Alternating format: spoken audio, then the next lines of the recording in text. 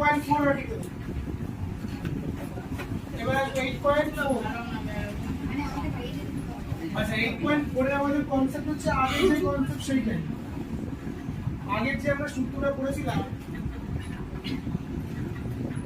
Type 1, 8.4 এর type 1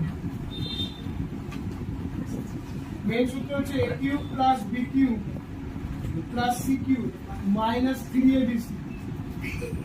এইটা মানে আমরা ওই যে সূত্রটা বলতে পারতাম a plus b plus c a square plus b square plus c square minus ab minus bc minus c।